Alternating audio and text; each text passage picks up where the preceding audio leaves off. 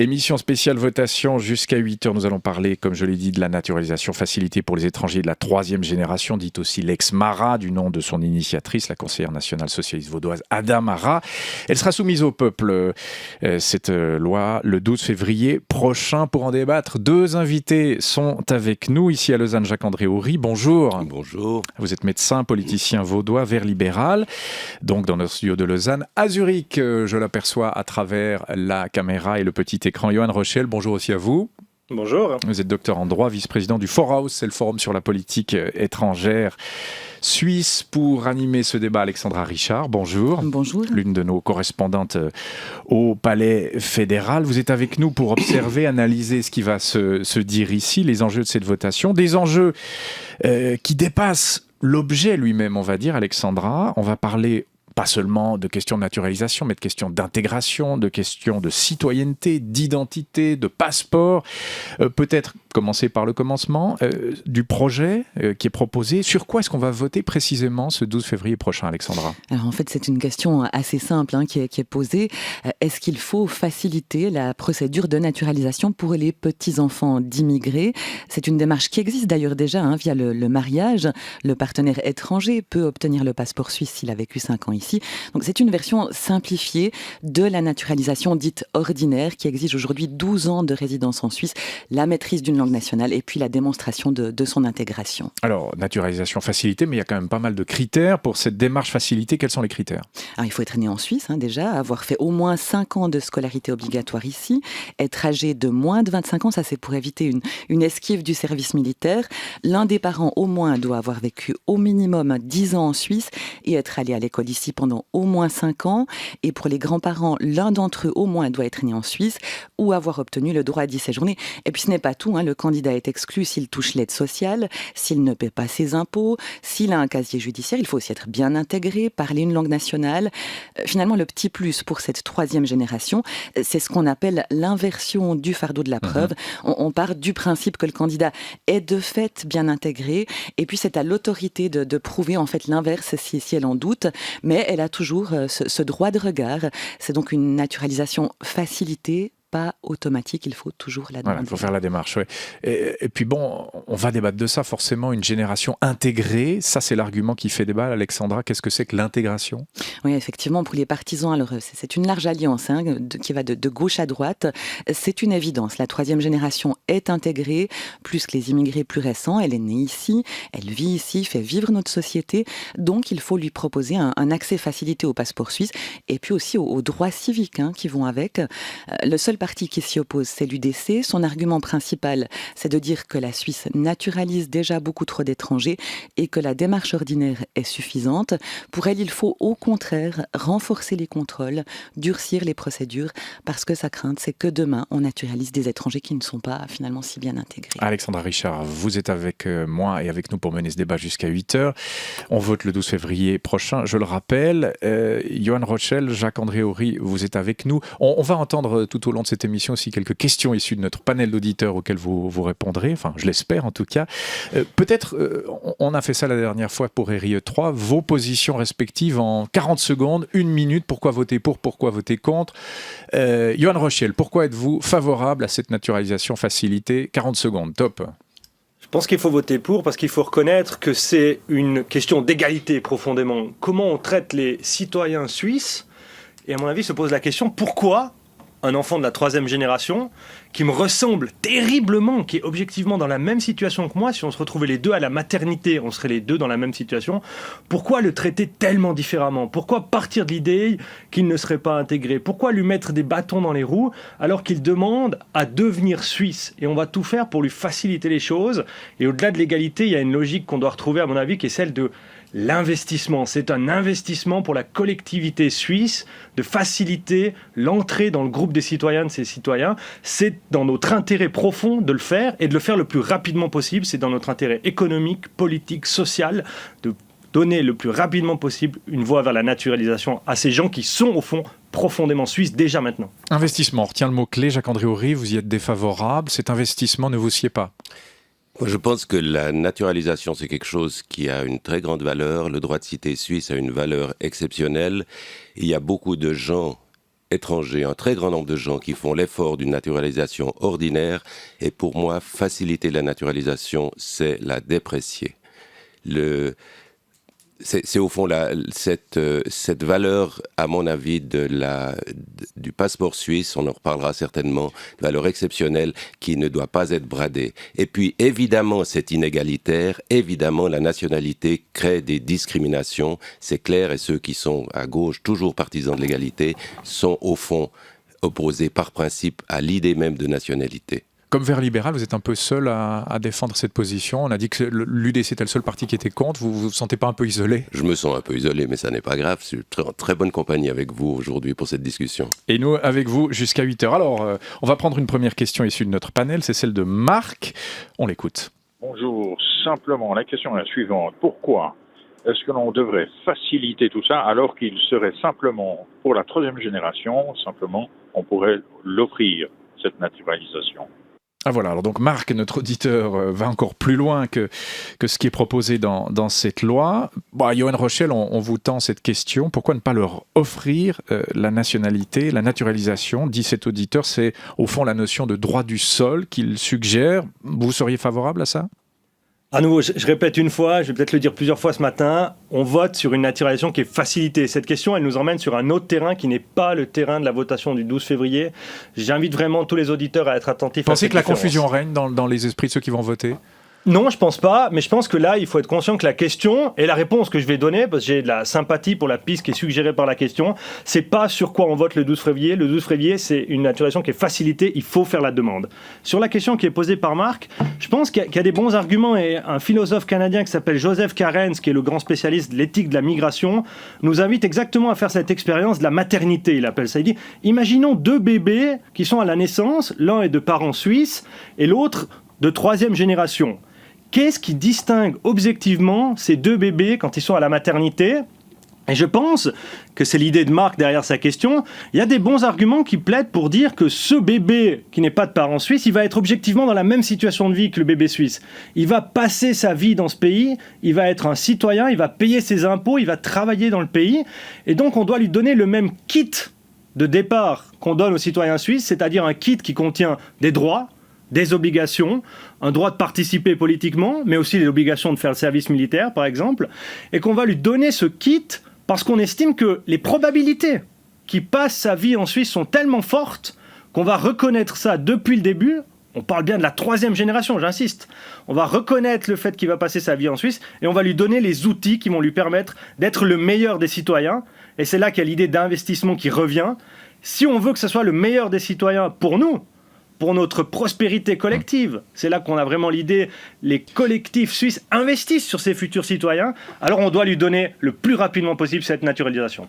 Comment décider qui fait partie ou ne fait pas partie de notre communauté ? Jacques-André Horry, à l'exemple de la maternité, ce kit donné à tout le monde, c'est ça qui est en jeu. Comment décide-t-on et sur quels critères ? La nationalité... La nationalité, en principe, dans la plupart des pays, est une affaire de droit du sang, c'est-à-dire c'est hérité. Ah, vous opposez le droit du sol au droit du sang. Oui, hein. C'est la formule utilisée partout et à peu près dans tous les pays, sauf quelques grandes exceptions, mais on ne peut peut-être pas faire le détail, pratique le droit du sang. Et le droit du sang suppose un héritage d'un patrimoine. C'est évidemment, je le répète, quelque chose qui est inégalitaire, et si on part sur la question de l'égalité des bébés dans la maternité, on n'est pas parti dans la bonne direction. La question, le principe du droit du sang, c'est que l'individu s'inscrit dans une continuité familiale, qu'il a à gérer un patrimoine qui lui a été transmis par ses parents et qu'il va ensuite le faire fructifier pour ses descendants. Même s'il est né en Suisse et qu'il a l'accent vaudois. S'il est né en Suisse et qu'il a l'accent vaudois, il n'est pas forcément inscrit dans cette lignée familiale d'une transmission de patrimoine, comme on se transmet depuis 1400 parfois un patrimoine viticole sur le Lavaux. Donc on peut lui donner la naturalisation facilitée. Parce qu'il est... S'il a un accent vaudois, qu'il est né en Suisse et qu'il est petit-fils, je ne sais pas, d'un Italien ou d'un Espagnol, la question de la troisième génération elle est assez intéressante parce qu'on n'y pense pas. Les étrangers de la première génération, on peut admettre qu'ils ne se naturalisent pas parce qu'ils maîtrisent mal la langue et ils ne sont pas encore demeurent très attachés à leur pays d'origine.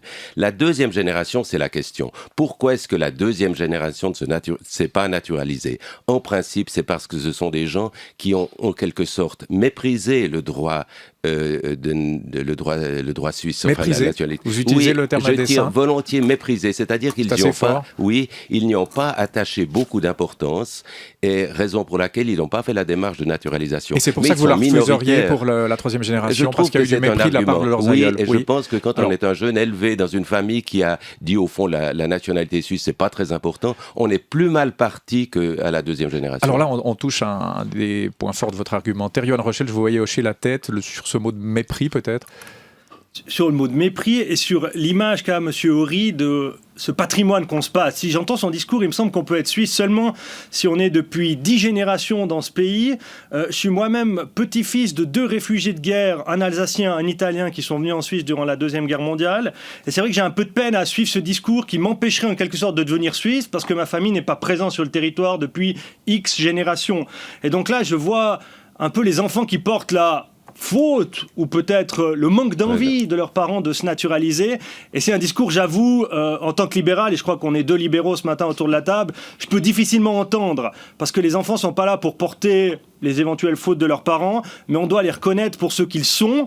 Et je pense qu'objectivement, la 3e génération, si on prend cette idée de parcours en Suisse, d'habitude de vie en Suisse, eh ben, elle est profondément suisse, cette 3e génération, parce que rien ne la distingue d'un enfant qui est né de parents suisses et qui donc, par la magie d'une sorte de transfusion sanguine, reçoit la naturalisation à la naissance. Et je pense qu'il ne faut pas plaider contre le droit du sang, il faut plaider pour un petit complément circonstancié pour la 3e génération, pour dire, là, il y a vraiment des bonnes raisons de penser que ces gens vont rester en Suisse, vont être des citoyens, et on a tout intérêt collectivement à reconnaître le plus rapidement ça et à leur donner les outils, les devoirs, les obligations pour qu'ils puissent jouer leur rôle de citoyen le mieux possible. Jacques-André Horry, l'UDC, dont on disait que c'était le seul parti qui s'opposait à cette loi, estime que la Suisse compte non seulement trop d'étrangers, ça on connaît le discours, mais aussi qu'on naturalise trop. Est-ce que, quelque part, vous partagez aussi cette crainte ? J'ai pas vraiment de raison de la partager, cette crainte. Je crois que, en tout cas, dans le canton de Vaud, c'est quand même celui dont je suis le plus proche. Il me semble que les choses se passent assez bien. Mais j'aimerais dire à monsieur Rochel que je suis assez d'accord avec lui. Il y a un complément au droit du sang qui est la procédure de naturalisation. Mais cette procédure de naturalisation doit être une procédure politique. Et ce qu'on nous propose avec la naturalisation facilitée, c'est une procédure administrative. Quand je dis procédure politique, c'est qu'elle est conduite dans la naturalisation ordinaire par les autorités communales qui sont des élus et qui sont proches de la personne naturalisée. Dans la naturalisation facilitée, j'espère que je ne vais pas trop crocher souvent sur ce terme, dans la naturalisation facilitée, c'est au contraire l'administration fédérale, secrétariat d'État aux migrations, qui pose des questions administratives qui fait poser des questions administratives par un fonctionnaire du canton. Ça n'est pas du tout la même démarche. Et je crois que le complément du droit du sol doit être une démarche politique. Nous sommes eine Willensnation, je ne sais pas comment on le dit en français, une nation de volonté. C'est-à-dire que la Suisse tient ensemble par la volonté des États qui la composent, et je crois que la naturalisation doit aussi être une affaire de volonté des naturalisés. Alors, une dernière intervention sur ce point, puis ensuite on abordera le rappel des titres et la deuxième partie de cette émission consacrée aux questions d'intégration et de passeport. Mais Yoann Rochel, sur ce que vient de dire M. Horry, c'est intéressant. C'est vrai que jusqu'à maintenant, c'est une commission politique d'une commune petite et grande, parfois même très petite, où tout le monde se connaît, qui décide si une personne a droit au passeport ou pas. Là, on transférerait ça à l'échelon fédéral, un fonctionnaire qui s'en occupe. Est-ce qu'on s'éloigne pas du terrain, là ? Ça, c'est un argument qui peut compter, non ? Alors à nouveau, on parle de la 3e génération, c'est environ 24 000 à 25 000 jeunes en ce moment dans ce pays. Les communes et les cantons qui estiment qu'un cas qui leur est présenté par l'administration fédérale ne sont pas intégrés, ils pourront le dire, ils auront voix au chapitre, ils seront consultés. Et donc je pense que l'aspect terrain, l'aspect récolte d'informations au plus proche des gens, qui est un excellent argument, est garanti par la proposition qui nous est donnée. Les communes pourront effectivement dire s'ils estiment qu'une personne n'est pas intégrée. À nouveau, je reviens à l'idée d'égalité. Je vois que M. Horry n'aime pas l'égalité, la qualifie de valeur de gauche. Je pense au contraire que l'égalité, c'est le fondement d'une pensée libérale, avec la liberté bien sûr. Mais à nouveau, si on demande à des Suisses qui naissent à la maternité, qui sont d'enfants suisses, de ne rien faire, ils reçoivent de manière complètement automatique, complètement obligatoire, par transfusion sanguine, la naturalisation. Pourquoi à des gens qui sont objectivement dans la même condition, on ne leur offre pas au moins une naturalisation facilitée? Moi, j'irais même jusqu'à dire qu'on devrait discuter de naturalisation automatique, la même que pour les Suisses. Parce que si on pense que c'est pas la même chose, alors il faut expliquer où est concrètement la différence entre ces deux cas. Bon, on a 45 secondes et on va dévier un peu, mais c'est intéressant pour philosopher sur le libéralisme. Au fond, vous réclamez tous les deux du libéralisme, mais c'est pas le même canal historique. L'égalité, est-ce que c'est une valeur libérale? Oui, dit Yoann Rochel. Non, dites-vous, Jacques-André Horry. L'égalité devant la loi, oui, pas l'indifférenciation. Et du moment qu'on prévoit qu'il y a une nationalité, forcément que c'est inégalitaire. Par nature même, la nationalité crée des différences entre ceux qui sont d'un côté et ceux qui n'y sont pas. C'est inégalitaire. Monsieur Horry, qu'est-ce qui distingue ces deux bébés à la maternité? Est-ce que vous pouvez répondre à cette question? Oui, je peux répondre. C'est l'héritage qu'ils reçoivent d'une famille de plusieurs générations qui se sont intégrés, investis dans le fonctionnement de la société suisse et qui vont par conséquent, je l'espère, leur transmettre Question cet de culture, engagement. quand vous parlez d'héritage, Oui, c'est l'héritage culturel? L'héritage d'une culture civique qui est très particulière. Et au fond, à nouveau, je n'aurais jamais été naturalisé avec ce standard. Je pense que c'est extrêmement difficile à défendre comme opinion. À partir de combien de générations alors est-on suisse? Il en faut 20, il en faut 10? Alors, on laisse répondre 3 Jacques-André n'est pas Horry. encore suffisant. Mais vous faites, excusez-moi, ne faites pas la confusion. Vous parlez de deux bébés différents, l'un qui est suisse et l'autre qui n'est pas à la naissance. Je vous fais apparaître qu'ils ont une différence. Mais maintenant, cette différence, ils peuvent la compenser par la procédure de naturalisation. Ça n'est pas exclu définitivement. Oui, donc le statu quo vous va très bien, au fond, Jacques-André Horry. Le statu quo me va assez bien, oui. Alors, c'est passionnant. Bon, on va retrouver nos deux interlocuteurs, Yoann Rochel et Jacques-André Horry. De l'autre côté du rappel des titres, Alexandra Richard, vous êtes aussi avec nous. Il est 7h32 sur la première. Les titres de l'information, Sandra Zimmerli. Peut-être une grosse tuile pour François Fillon dans la course à la présidence française. L'épouse du candidat de la droite aurait touché près de 500 000 € en 8 ans pour un poste d'attaché parlementaire auprès de son mari, puis de son remplaçant. Or, Madame Fillon s'est toujours présentée comme femme au foyer et n'aurait jamais occupé ce poste selon le Canard enchaîné de ce mercredi. Et puis, hasard ou pas, un candidat également épinglé à gauche, Emmanuel Macron, qui aurait utilisé l'argent de Bercy pour lancer son mouvement En Marche. On parle de 120 000 € de frais de représentation. Ce sont deux députés de droite qui l'affirment. Martin Schulz face à Angela Merkel. Les sociodémocrates allemands misent sur l'ex-président du Parlement européen pour essayer de détrôner l'actuelle chancelière aux élections de cet automne. Une nomination qui fait suite au retrait de Sigmar Gabriel, le président du parti, qui estime que c'est bien Martin Schulz qui a les meilleures chances. Suite de l'opération démontage des actions de son prédécesseur, après le retrait de l'accord de libre-échange Asie-Pacifique, Donald Trump a redonné vie hier au projet de gigantesque oléoduc entre le Canada et les États-Unis, une construction qui avait été bloquée par Barack Obama au nom de la lutte pour l'environnement. Un air de Donald Trump qui souffle jusqu'en Israël, qui a annoncé hier la construction de 2500 logements de colonisation en Cisjordanie occupée. C'est la plus importante annonce du genre depuis des années et la deuxième en 2 jours seulement concernant les colonies après le feu vert dimanche à la construction de plus de 560 logements à Jérusalem-Est. Cette série noire qui ne s'arrête plus dans les Abruzzes en Italie. 6 personnes sont mortes hier dans l'accident d'un hélicoptère qui évacuait un skieur blessé. Quant aux recherches dans l'hôtel enseveli sous une avalanche, elles ont permis de dégager 5 nouveaux corps hier, ce qui porte le bilan à 17 morts et encore 12 disparus. Il aurait tout simulé. Le ministère public fribourgeois a ouvert hier une procédure pénale contre Pascal Jossy. Le patron de l'entreprise vaudoise Swiss Space System Holding S3 est soupçonné d'avoir mis en scène sa propre agression en août dernier dans une forêt fribourgeoise. Rappelons que le patron de S3 souffrait de brûlures au thorax et au visage ainsi que de lésions au cou. Il avait été héliporté au CHUV à Lausanne. Un bénéfice en recul de 5%. Novartis annonce ce matin un bénéfice net à 6,9 milliards de francs en 2016. Le chiffre d'affaires du groupe pharmaceutique bâlois s'est lui contracté de 2%. Merci Sandra Zimmerli, 7h34 sur la première. Le journal du matin, Simon Matet-Doré. Émission spéciale votation du 12 février prochain jusqu'à 8h consacrée à la naturalisation, faciliter les étrangers de la troisième génération. Nous sommes avec Jacques-André Houry et Johan Rochel et vous, Alexandra Richard, une correspondante au Palais fédéral. Bon, on va aborder un nouveau volet dans cette discussion, l'intégration, vaste sujet, l'intégration. Peut-être avant ça, un portrait rapide. Qui sont ces étrangers de la troisième génération dont on parle ? Alexandra, la campagne a d'ailleurs beaucoup joué délicatement sur l'image de l'étranger. Oui, l'ami proche d'un côté ou l'inconnu un peu inquiétant selon le camp.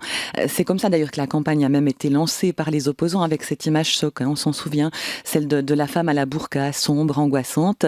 En face, la riposte est venue assez vite avec un pastiche notamment, un homme souriant qui mange des spaghettis. Et c'est un peu sur ces deux images contrastées de l'étranger que jouent partisans et adversaires de la naturalisation facilitée. Pour les partisans, l'ami proche, d'origine italienne souvent, qui a fait ses classes avec vous, joue au foot dans le même club, qui nous ressemble terriblement, disait tout à l'heure Johan Rochel. Pour les opposants, l'inconnu, qui est très différent de nous, pour Jacques-André Houry, qui ne partage pas cette même culture, l'étranger dans le fond qui n'est pas vraiment intégré. Factuellement, qu'est-ce qu'on sait aujourd'hui de cette troisième génération ? Alors, ces candidats qui pourraient avoir accès à la naturalisation facilitée, ce sont en chiffres, on l'a déjà dit une fois, près de 25 000 jeunes. Ils ont entre 9 et 25 ans. 25 000 jeunes, c'est environ 0,3% de la population. Par la suite, il serait environ 2300 par année, à s'ajouter donc à cette liste de candidats potentiels. Ce sont les chiffres de l'étude du professeur Vanner de l'Université de Genève, qui avait été mandaté par la Confédération pour faire cette estimation. Et ce sont aujourd'hui principalement des jeunes qui sont originaires d'Italie, aussi de Turquie et des Balkans. Alors ça, c'est aujourd'hui, mais demain, c'est vrai qu'on ne sait pas. Et c'est un peu cette peur que les opposants véhiculent, avec notamment la femme à la burqa. La conseillère fédérale Simonetta Sommaruga, c'était intéressant, elle le répondait dans Forum la semaine dernière. Pour elle, une femme qui porte une burqa a peu de chances d'être considérée comme intégrée et donc d'accéder à cette procédure facilitée parce qu'elle a aussi, dans le fond, peu de chances d'avoir un travail. Alexandra, merci pour ce résumé. Au fond, c'est quoi l'intégration ? Jacques-André Houry, vous avez vu cette affiche de la femme à la burqa, on véhicule de nouveau un peu les mêmes clichés. Est-ce que ça ne fait pas du tort à la cause là ? Ça fait probablement que cette affiche est maladroite et agaçante. J'aimerais relever dans ce qui a été dit que l'essentiel des jeunes visés, ce sont des Italiens de la troisième génération. C'est d'ailleurs pas très étonnant que Madame Mara, qui est une Italienne naturalisée de façon ordinaire, soit très attachée. J'imagine que ça l'agace de voir tous ces compatriotes italiens qui ne font pas l'effort au fond ordinaire de naturalisation. C'est très particulier. Les autres nationalités sont marginales dans l'étude du professeur Vanner. Cela dit, la question de l'islam, évidemment, est une question qu'on ne peut pas complètement ignorer, même si l'affiche à laquelle vous faites allusion est agaçante. Il faut savoir que le salafisme, qui tente au moins d'avoir une influence importante sur les musulmans chez nous, veut lutter contre l'intégration des musulmans à la société occidentale. C'est un de leurs objectifs. Et par conséquent, c'est pas complètement injustifié de mettre au fond en évidence le fait que l'islam posera peut-être un problème à la troisième génération. Mais c'est certainement pas dans l'immédiat. Et il est vrai, je suis tout à fait d'accord avec M. Rochel, la procédure naturalisation facilitée n'est pas une naturalisation automatique et permettra quand même aux administrations de vérifier dans une certaine mesure l'intégration et par conséquent, tenir compte de cet éventuel élément religieux. Alors, Johan Rochel, sur ce point, même si M. Houry dit que l'affiche est un peu maladroite et agaçante, elle soulèverait quand même une question, celle du salafisme, qui n'est pas totalement anodine en Suisse. Qu'est-ce que vous lui répondez ? Non, je ne suis pas du tout d'accord. Et je trouve que la piste des Italiens, alors je ne souscris pas du tout à ce qu'a dit M. Houry sur le fait qu'on aurait Adamara italienne, naturalisée, qui veut essayer d'arranger ses petits camarades de nationalité.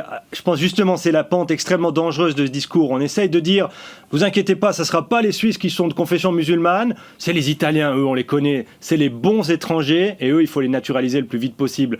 Je pense que, et à nouveau on touche au cœur d'une conviction de qu'est-ce que c'est une Suisse libérale qui accorde une certaine importance à la liberté liberté des gens de choisir leur vie. Il n'y a pas de distinction à faire entre les bons étrangers, les mauvais étrangers, les bons Suisses, les mauvais Suisses.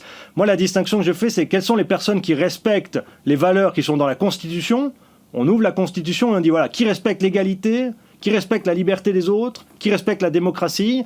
Et si vous respectez ces règles de base du vivre ensemble, alors vous êtes, à mon avis, un bon citoyen. Et vous êtes, si vous n'êtes pas encore suisse, un candidat à la naturalisation. Tout le reste, moi, je n'avance pas vers la police des mœurs. Je ne suis pas là pour contrôler qui passe, pour moi, dans le modèle de ce qui serait un bon Suisse. Je pense que chacun d'entre nous mène sa vie comme il le souhaite. On a nos préférences culinaires, nos préférences musicales, nos choix de vie, nos objectifs de vie. Ils peuvent être très différents. C'est complètement acceptable. Et là, je pense qu'on est au cœur d'une société suisse. Donc, méfions-nous d'une dénonciation de l'islam.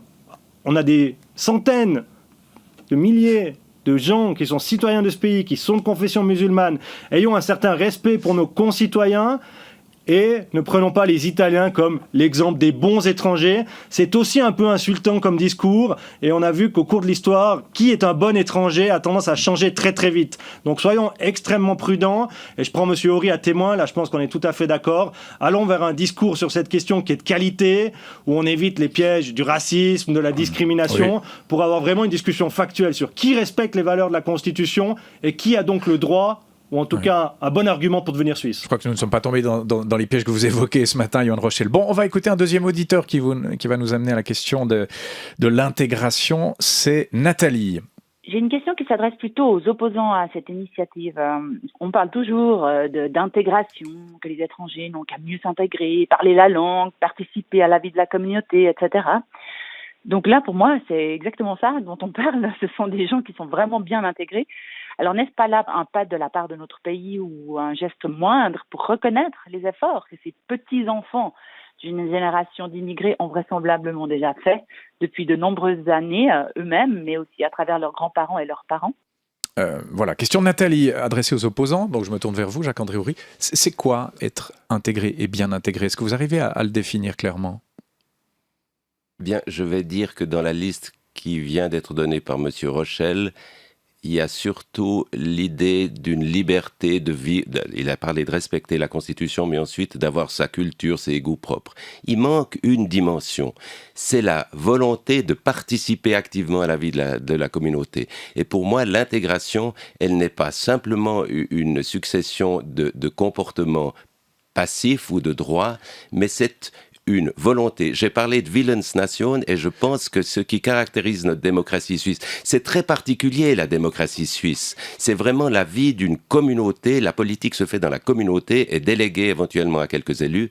Et s'il n'y a pas cette volonté-là, je pense que c'est pas une intégration. Comment la mesurez-vous, cette volonté? C'est par l'inscription au cœur mixte, une activité sportive?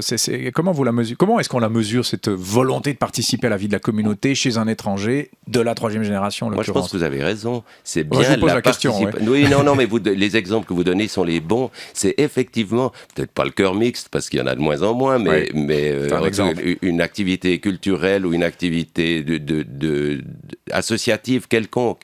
Mais c'est bien dans ce sens. C'est pas de rester derrière son ordinateur toute la journée ou toutes les soirées à chatter sur n'importe quel réseau social. C'est une intégration active dans la vie sociale de son pays. Johan Rochel, sur cette intégration, comment la mesure-t-on? Par cette volonté de faire partie du tissu associatif ou du tissu politique ou citoyen.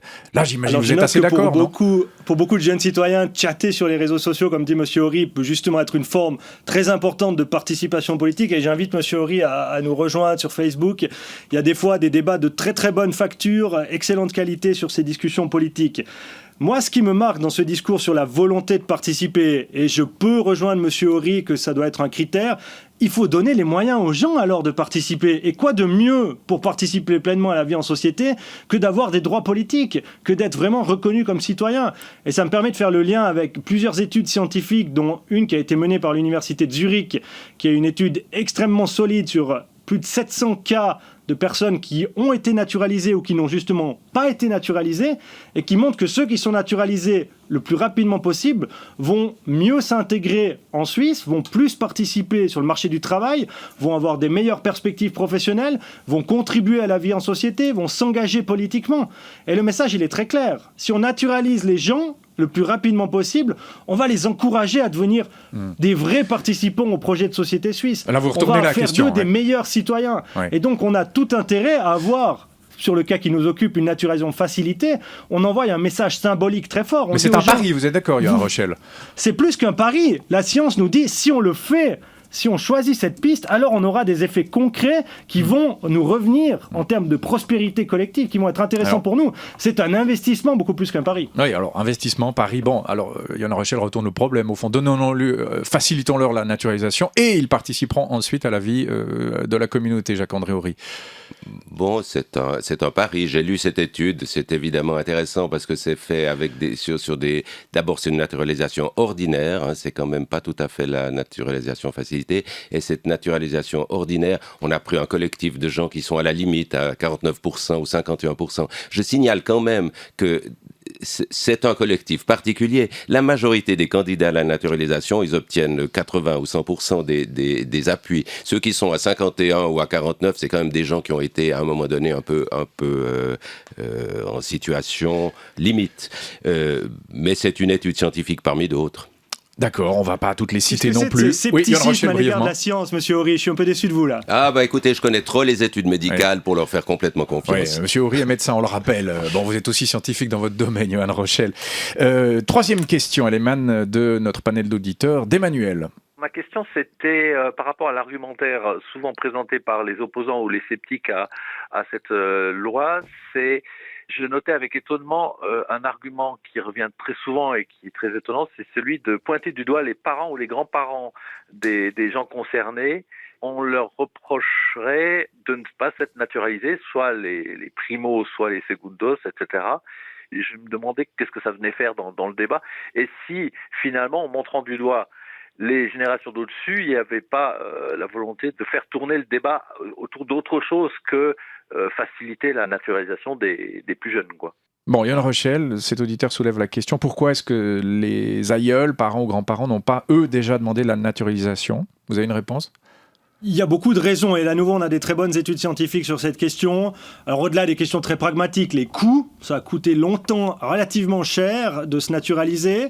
Il y a un argument psychologique, symbolique qui est très fort. Quand on a l'impression de faire partie de la famille des citoyens suisses, de facto, on est déjà dans cette situation. C'est le cas, par exemple, de la deuxième et a fortiori de la troisième génération. On peut prendre ça relativement mal qu'on nous demande de faire encore toute une procédure administrative qui peut être perçue comme pinailleuse, on va vraiment regarder dans votre vie, qu'est-ce que vous faites, comment ça se déroule les choses, alors que vous avez déjà l'impression, vous, d'être profondément suisse. Et je pense qu'il faut se mettre à la place de ces personnes et de se dire, voilà, moi je suis né, j'ai fait les mêmes écoles, on a les mêmes amis, on a les mêmes parcours de vie et les mêmes chances dans la vie. Pourquoi moi je devrais prouver quelque chose de particulier alors que toi, on revient à la maternité, tu as reçu tout ça comme par magie. Et là, je pense qu'il y a vraiment un argument très fort pour dire ne sous-estimons pas l'aspect symbolique de la question. Et c'est pour ça que je trouve que la naturalisation facilitée offre une réponse excellente à cette question. Les gens doivent faire la demande, ils doivent donc montrer leur intérêt de devenir suisse, mais ensuite, ils ont, sur le plan administratif, moins de problèmes, moins de pinailleries à affronter. Ils doivent toujours être intégrés. J'insiste, les critères restent les mêmes, mais par contre, la procédure va plus vite pour reconnaître qu'ils sont, au fond, de facto, déjà maintenant des Suisses. Jacques-André Horry, Johan Rochel parle de pinaillerie ou de pinaillage. Vous dites plutôt quoi par rapport à la naturalisation? C'est une forme de rituel?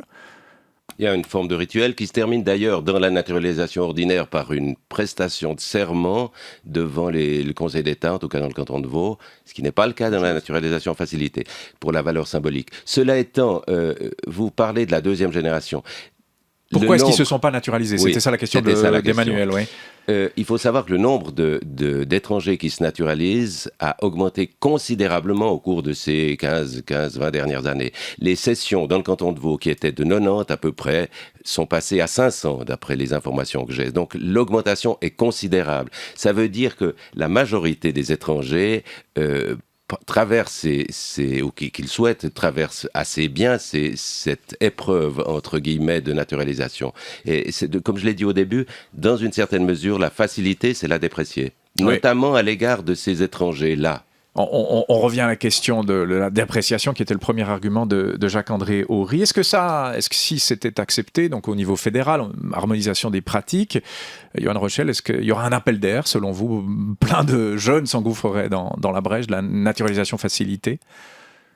À nouveau, je pense que partir de l'idée que plus de naturalisation est une mauvaise nouvelle est particulièrement faux. Plus de naturalisation, à mon avis, c'est une excellente nouvelle. Vous ne répondez pas à la question. Est-ce qu'il y aurait l'appel d'air?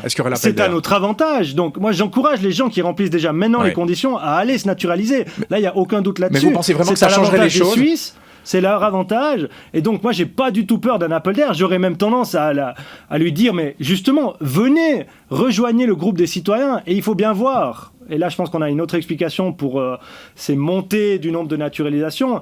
Il faut bien voir que les étrangers perçoivent aussi le climat qui pèse sur eux, qui n'est pas un climat qui va vers le beau fixe. Prenez l'initiative d'expulsion des criminels étrangers. Si vous n'avez pas le passeport suisse, vous êtes à la merci. Et on a vu qu'il suffisait de se tromper dans une déclaration d'aide sociale pour être sous le coup d'une expulsion possible. Et quand vous êtes dans cette situation, forcément, l'attrait du passeport suisse comme protection de votre situation de facto qui est celle d'un Suisse, elle prend une toute autre importance. Et donc ça explique aussi pourquoi les gens vont se naturaliser, c'est comment le discours évolue sur ces questions et quelles pratiques juridiques on met en place. Vous n'avez toujours pas répondu à ma question. Plus le discours va se durcir, plus les gens vont aller se naturaliser et ils auront raison. On ferait absolument la même chose dans leur situation. Là, vous y répondez. Oui. Jacques-André Haury, vous pensez que ça ferait appel d'air, que beaucoup, si cette votation était acceptée, beaucoup se naturaliseraient de la troisième génération? Moi, j'en suis pas sûr, d'ailleurs. L'exemple qui avait été donné par 24 heures était intéressant. Les deux jeunes disaient « ça ne nous intéresse pas ». Éventuellement, si on avait des problèmes professionnels. Je ne crois pas à l'appel d'air. Mais l'appel d'air, il a été fait, en tout cas dans les cantons qui ont facilité ou qui ont allégé la procédure pour la deuxième génération, il a été fait au bon endroit. Et dans le canton de Vaud, en tout cas, mais ce n'est pas le seul, il y en a un certain nombre de ces cantons qui ont le même principe, on a fait l'appel d'air à la deuxième génération, en allégeant un peu, c'est les étrangers nés en Suisse, en allégeant un peu la procédure, et ça c'est de la compétence des cantons. Et là j'aimerais quand même dire une chose aussi qui doit intéresser nos auditeurs. Le principe suisse, c'est quand même que dans beaucoup de domaines, la compétence est au canton. Et dans la démarche que nous faisons, on passe à une compétence fédérale. On harmonise au niveau fédéral. On harmonise au niveau fédéral. Et au fond, cette volonté d'harmoniser sur le plan fédéral, elle exprime toujours un manque de confiance. Dans le système fédéraliste qui est le nôtre, il y a une confiance qui est par principe accordée aux autorités cantonales. Et chaque fois qu'on délègue une compétence à la Confédération, c'est qu'au fond, on ne fait pas confiance au canton. C'est comme ça qu'on doit le comprendre, Yoann Rochel? Absolument pas. Juste pour revenir sur le point de M. Haury, je suis surpris. Il encourage la naturalisation facilitée des deuxièmes générations, mais combat celle des troisièmes. Là, à mon avis, il y a quelque chose à éclaircir. Je crois pas que c'est ce qu'il est dit, mais on va le faire clarifier. Oui. Sur l'argument fédéraliste, je pense qu'on clarifie et qu'on empêche l'arbitraire. À mon avis, la solution retenue est un bon mélange. Les communes et les cantons, on voit au chapitre. S'ils estiment qu'un de leurs citoyens n'est pas intégré, ils peuvent le dire, ils seront entendus et ils seront écoutés. Par contre, il y avait de telles disparités dans la pratique des cantons que les gens jouaient leur vie à une loterie cantonale de savoir dans quel canton, et parfois ils étaient arrivés dans ce canton par des voies plus ou moins justifiables, ils avaient été placés de ci ou de là, et ces disparités, à mon avis, sont pas acceptables lorsqu'on parle d'accès à la naturalisation de notre pays. On parle à l'accès du passeport suisse. Et là, je pense le fait qu'on naturalise de manière facilitée, et donc que la procédure soit simplifiée et qu'elle soit placée en priorité sous l'égide de la Confédération me paraît tout à fait acceptable. Je note que dans la procédure de consultation, la majorité des cantons étaient pour et qu'elle a aussi passé la barre du Conseil des États qui, a priori, indique aussi que les cantons peuvent tout à fait vivre avec cette solution. Alors, le passeport, on va y venir. Quatrième question émanant de notre panel d'auditeurs, c'est Touli. Moi, j'aimerais savoir des adversaires de cette naturalisation facilitée. Pourquoi quelqu'un qui depuis 2-3 générations vit en Suisse, paye ses impôts, contribue à notre bien-être, ne devait pas normalement faire partie de notre communauté, y compris le passeport rouge. y compris les droits et les obligations de tous les citoyens. Jacques-André Houry, peut-être êtes-vous interpellé dans le camp des opposants. Oui. Ouais. Quel est le sens du passeport suisse? C'est un peu ça que nous dit notre auditeur. Eh bien, écoutez, ceux qui sont dans cette situation, dans la majorité des cas, ils le demandent et ils procèdent à une demande de naturalisation ordinaire. Encore une fois, ce passeport n'est pas accordé automatiquement, comme c'est d'ailleurs le cas dans la plupart des pays qui nous entourent. Il n'est pas accordé automatiquement parce qu'on privilégie le droit du sang. C'est un choix politique. On a d'ailleurs, dans la question qui nous est posée, il y a eu 2 étapes parlementaires. Il y a une première étape qui s'est terminée en 2015 par un échec aux chambres fédérales, qui était l'idée d'introduire la notion de naissance en Suisse comme condition d'obtention de la nationalité.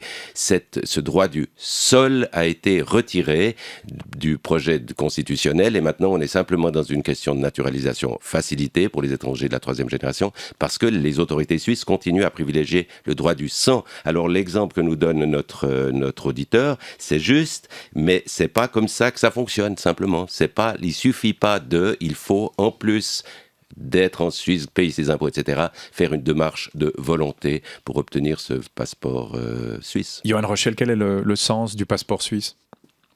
Le sens du passeport suisse, à mon avis, c'est de marquer un attachement symbolique au pays, et c'est pour ça que c'est, à mon avis, important de devoir faire la demande. Et c'est ensuite le choix, en tout cas le droit, les obligations qui vont avec, d'avoir la liberté de mener sa vie comme les autres dans ce pays, d'être traité à l'égal des autres citoyens, d'avoir donc sa sphère de liberté, de mener sa vie, tout en respectant, j'insiste sur ce point, les valeurs qui sont dans la Constitution, les différentes obligations. Moi, il y a un mot qui a un peu manqué dans ce contexte pour l'instant, c'est l'importance de l'école, comme vraiment élément clé de la société suisse. Ça, c'est un des dadas de Jacques-André Houry, oui.